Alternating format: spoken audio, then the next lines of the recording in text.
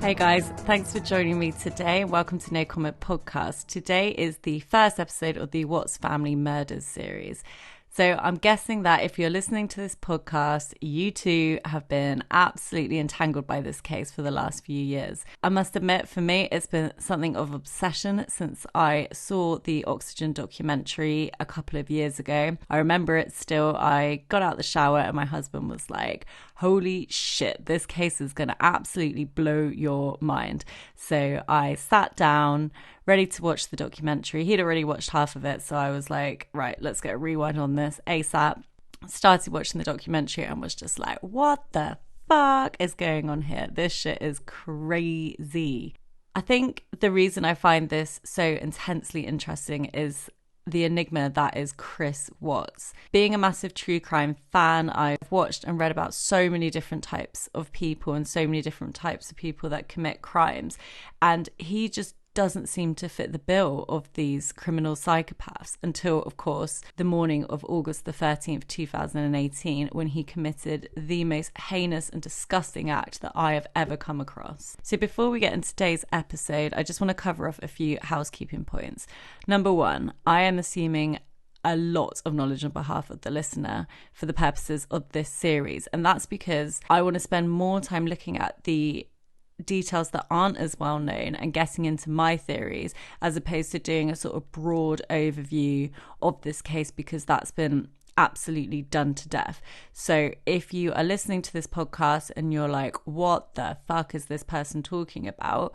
What I suggest you do is go away, come back, but go away for now, watch one of the documentaries, then come back and re-listen to this podcast. In terms of recommendations, I would say the Netflix documentary is a good start.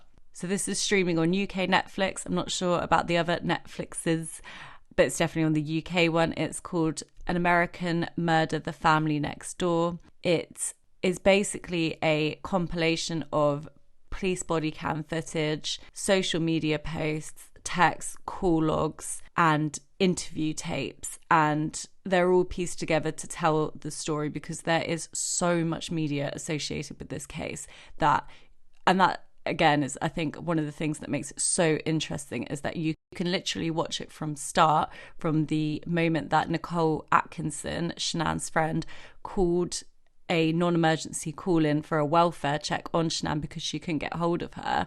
From that point until beyond the trial, you can watch it all unfold. So I would suggest starting with that documentary. Also, the Oxygen documentary that I mentioned at the beginning of this podcast is a really good documentary, and unlike the Netflix documentary, it includes interviews with the FBI, with the CBI, with the Frederick Police Department, and is really, really interesting. Also, the prosecution.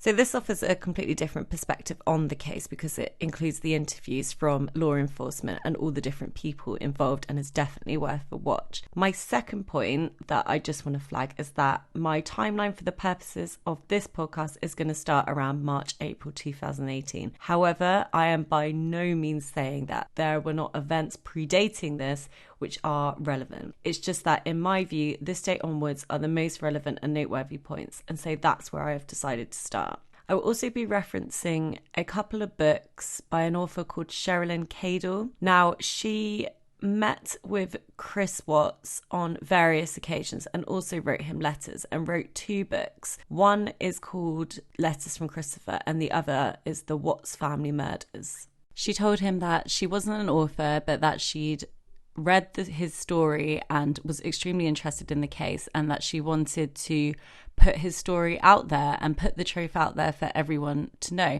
And for some unknown reason, I guess out of the hordes of letters he must have got whilst he's been in prison, he decided to take her up on this offer, and they became pen pals. They wrote backwards and forwards, and she went and met him on various occasions and got his story. So I just really want to make it clear from the outset that I have not purchased these books. I have watched interviews with Cherlyn on different YouTube channels, and I've read different things online about her, but I absolutely haven't purchased these books. I find that there's something a little bit off with her, if I'm being completely honest, and the whole situation just smells a bit weird. And my view is that the detail in these books should be definitely be taken with a pinch of salt, both from her and also his letters. So, I mean, some of the details that have come out in these books are really pretty grim. And I mean, this case is already horrible enough as it is, but some of the details that have come out are really, really horrible. And I don't know, part of me just feels that perhaps that he's coming up with new details or saying new things to, for some reason, keep the interest levels high in this case, because he does seem to be taking some sort of satisfaction by the fact that so many people are really gripped by this case and continue to be, 3 years on. So I've seen quite a few interviews with her on different YouTube channels. They are worth watching and they are really interesting, but I've noticed that she puts out conflicting statements quite a bit. So she'll go on to one YouTube channel, say one thing, then say something completely different on another YouTube channel. And I know that she's been called out on this.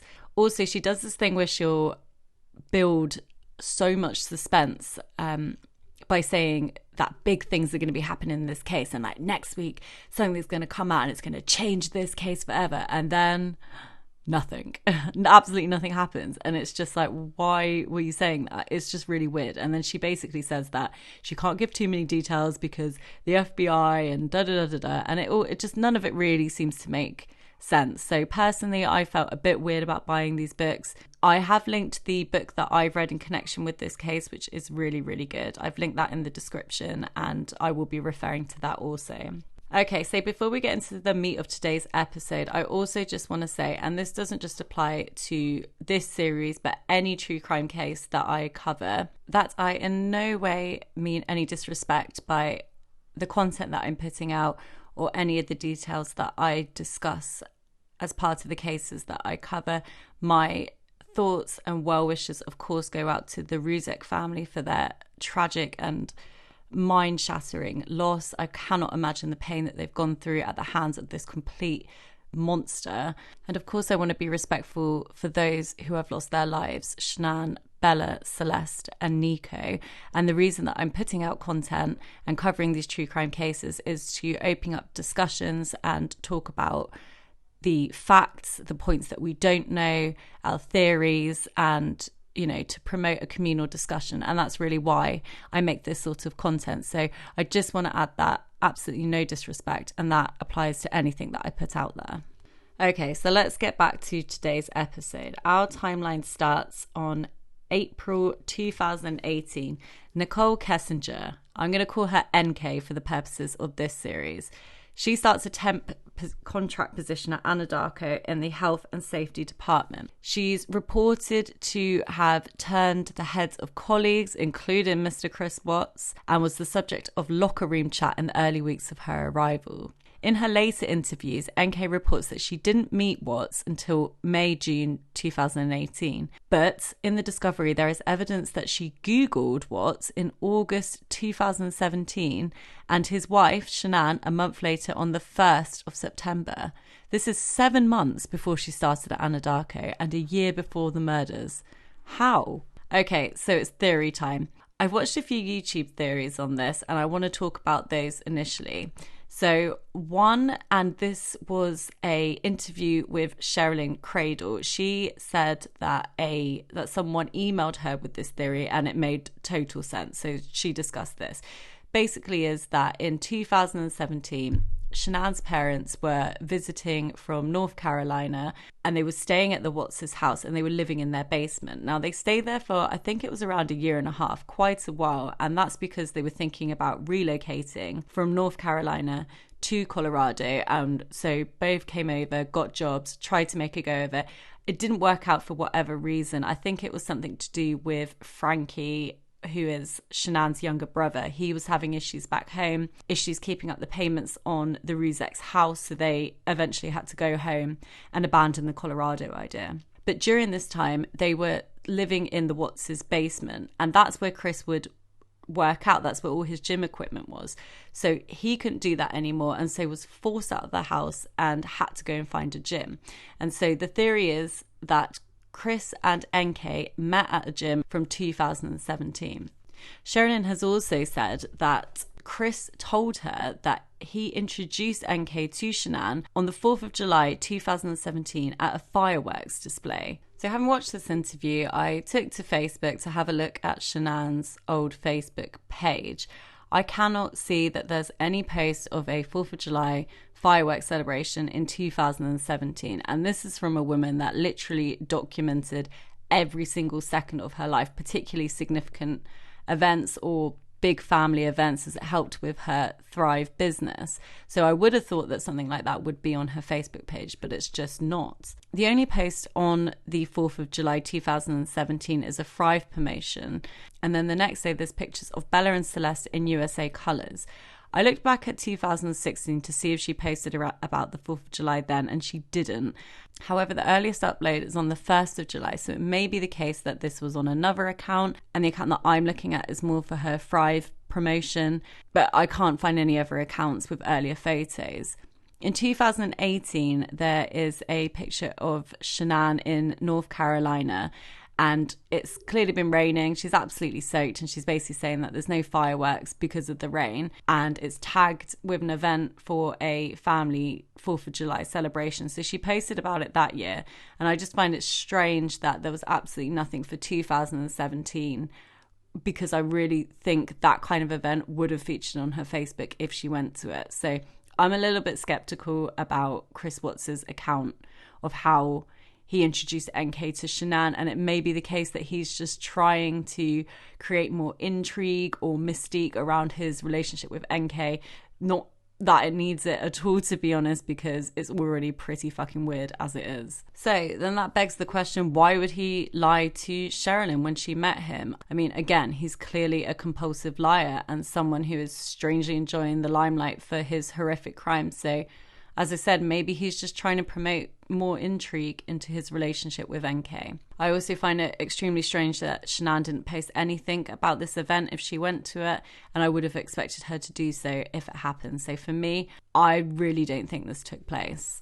In terms of them meeting at the gym, yeah, that's definitely plausible. We know that the Ruzeks was staying with the Watts during that time, and so they may very well have met at the gym, but there's one big problem with that theory. And this is it. From what we know, when Chris met NK, he basically lost his shit. He was addicted to that woman from day dot. I don't believe that he met her, let his feelings simmer for around a year, and then randomly intensify in May, June 2018. That kind of love and infatuation, from what I know, just doesn't really work like that. So I find it a little bit hard to believe that that's how they initially met. So let's get into my theory. And this is a bit of a rabbit hole, so please do bear with me. In April 2017, there was a deadly gas explosion in Firestone, Colorado, which killed 2 people. The explosion occurred due to the ignition of gas from a severed line owned by Anadarko. This triggered an urgent review process by Anadarko to look at the health and safety practices and where they need to be improved. What does NK do? She works in health and safety. So, in my mind, it's possible that NK was contracted out by her employer, Tasman, in 2017 to work on the health and safety strategy for Anadarko. Maybe she attended the Anadarko base on occasion and saw Chris Watts around. Or maybe she just had his information because he worked as an operator, and clearly that job role is going to be central to any health and safety planning. So the crux of my theory is that she knew him before he knew her, and that much I am sure of. Anyway, so let's get back to our timeline. May 29th, Shannan tells Chris she's pregnant with their 3rd child. So for those of you who are really familiar with this case, I'm sure you've seen the Facebook video of Shannan telling Chris the news. Shannan's wearing an "oops, we did it again" top. Chris walks in the door, is nearly knocked off his feet in shock, has a clear "oh shit" moment, then tries his best to fake some kind of emotional reaction, but of course fails miserably because he's a robot. Holding the test, he says, "So pink means girl?" Shannan responds, "It's just the test," in a kind of short way, as if to say, "What the fuck are you talking about, you moron? We've got 2 kids. Since when can you determine gender using a pregnancy test? Duh." I mean, to be honest, I'd probably have a similar response if my husband said that. That's pretty fucking stupid, especially if you already have kids. When I told my husband that we were pregnant, He just said, already, fuck, that was quick. So it's probably a good thing I didn't put that on Facebook. In his later confession interview with CBI and FBI after sentencing, CBI agent Tammy Lee comments on the fact that he really didn't look very happy in that video. He says it's probably because he was already talking to NK and he felt guilty even though the romantic side hadn't blossomed yet. He was having an emotional affair and so that was playing on his mind. June 12th. This is the initial email contact between NK and Chris Watts. So I have linked the emails that I'm referring to in the thread to the Watts highlight on Instagram. So I'm also going to read out part of the email that NK sends to Chris. I'm looking for someone to build a beautiful life with. Open brackets. Seems to be simple, but it's so unrealistic sometimes. Close brackets. Build something similar to what you have done with your wife and those cute little girls.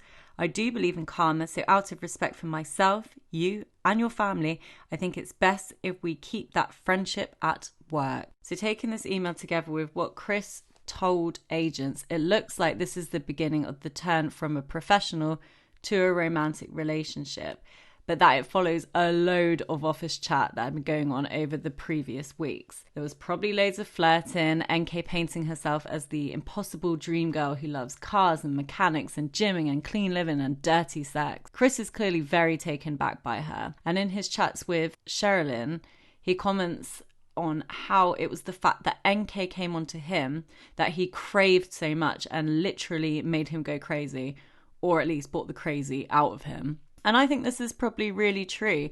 She comes across in all of the interviews that I have watched and listened to as someone that's pretty damn fierce. And I'm sure she laid it on thick when it came to getting Chris away from his wife. There's a really great series on NK on a YouTube channel that's called Unmasked. I subscribe to them. They're really, really good. I recommend that you check them out. It's really in depth and there's some great points covered there. So one point that I completely agree with and want to talk about was suggested by one of their viewers, and they compared NK to the cool girl figure in the book and film Gone Girl.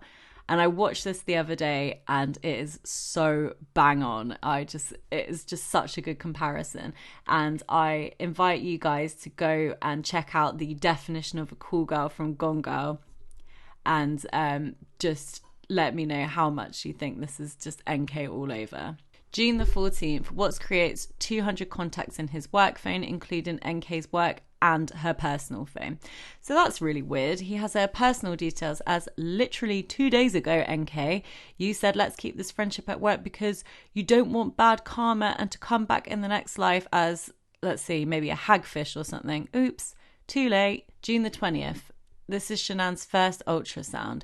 Chris messages her and says that he's unable to attend because he's stuck in the field running from tornadoes. Literally the best excuse I've ever heard in my life. And take note, man, anything short of this will not be a valid excuse. In his defense, and this is maybe the only point I can defend him on, I have seen photos and it did look like there was some pretty severe tornadoes, which is kind of terrifying. So maybe on this one occasion he was being honest. June the 22nd to the 26th, Shannan and Watts fly to San Diego to attend a Thrive event. Both looked so happy and in love in all the photos from the event that you can find all over Facebook, and I will share some in the Instagram highlight. Chris is his usual charismatic self. Just kidding. Of course he's not. He's awkward as fuck, as per usual. But nothing really seems to be amiss here, considering that he's now clearly talking to NK on the regular, and it's likely that they're having a romantic relationship of sorts, even if it's just emotional. He's definitely hiding it well. The couple takes several photos that, on the face of it, give the appearance that they are super loved up. And I'm certain as I can be that NK would have seen these photos during one of her crazy Facebook stalking frenzies. And does this really look like a couple that's on the edge of divorce? Nope. And she knew it. June 27th, Shannan leaves for North Carolina with Bella and Cece. Her dad flies into Colorado so that he can fly out with them. Literally the minute Shannan steps out the door, Watts is en route to meet NK outside of work for the first time, allegedly. They meet at a nature reserve close to where she lives, and they go back to hers for what is reported to be their first intimate encounter. What a coincidence that the first time they do the dirty is the day that Shannan flies out of town. Not a chance. This was clearly in the works and in discussion in the weeks leading up to this, as he knew Shannan was going away on this date for the whole summer. Apparently they discussed the trip and he encouraged her to go for the summer, saying it would be good for her to grow the business and for the kids to see their grandparents. I'm pretty certain that such a major trip would have been in the works for weeks, if not months, before the dated departure. And from what I know, the couple have never spent such a long time apart since they first got together. Strange timing, right? My opinion is Chris wanted the missus and the kids out of the way so he could see where things would go with NK, and he certainly didn't waste any time getting that fire started. Okay, so that's it for this week. Next week, we're going to delve into the debauched hot mess that was Watts and NK's affair.